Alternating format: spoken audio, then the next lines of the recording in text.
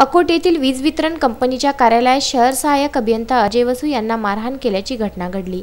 या प्रकरणी अकोट शहर पोलीस स्टेशनमध्ये दोघांविरुद्ध गुन्हा दाखल करण्यात आलाय। नंदीपेठ परिसरातील रामदास हुशे यांच्या नावे होत असलेल्या वीज पुरवठ्याचे गत सन 2018 पासून वारंवार सांगूनही बिलाचा थकीत भरणा केला नाही। अखेर कर्मचारी अजय गजबे व राजेश राऊत यांनी नियमानुसार त्या मीटरवरील वीज पुरवठा खंडित केला। त्यामुळे दर्यापूर मार्गावरील वीज वितरण कंपनीच्या कार्यालयात रिनल रामदास हुशे व अनिल राऊत या दोघांनी अभियंता अजय वसू यांना वीज पुरवठा का खंडित केला असे विचारी शिवीगाळ व मारहाण केली। तसेच त्यांच्या हातातील थकीत बिलाची यादी फाडून टाकली। यावेळी उपस्थित असलेल्या सुरक्षा रक्षकांनी त्यांना या दोघांच्या तावडीतून वाचवले, अशा आशयाची तक्रार अकोट शहर सहाय्यक अभियंता अजय वसू यांनी दिली। या प्रकरणी आरोपींवर कठोर कारवाईची मागणी केली आहे। दरम्यान या सहाय्यक अभियंता यांना झालेल्या मारहाणीत निषेध करीत नाहक अशा घटना घडत असल्यास काम बंद करण्याचा इशाराही दिला आहे। सारंग कराळे, विदर्भ न्यूज, अकोट।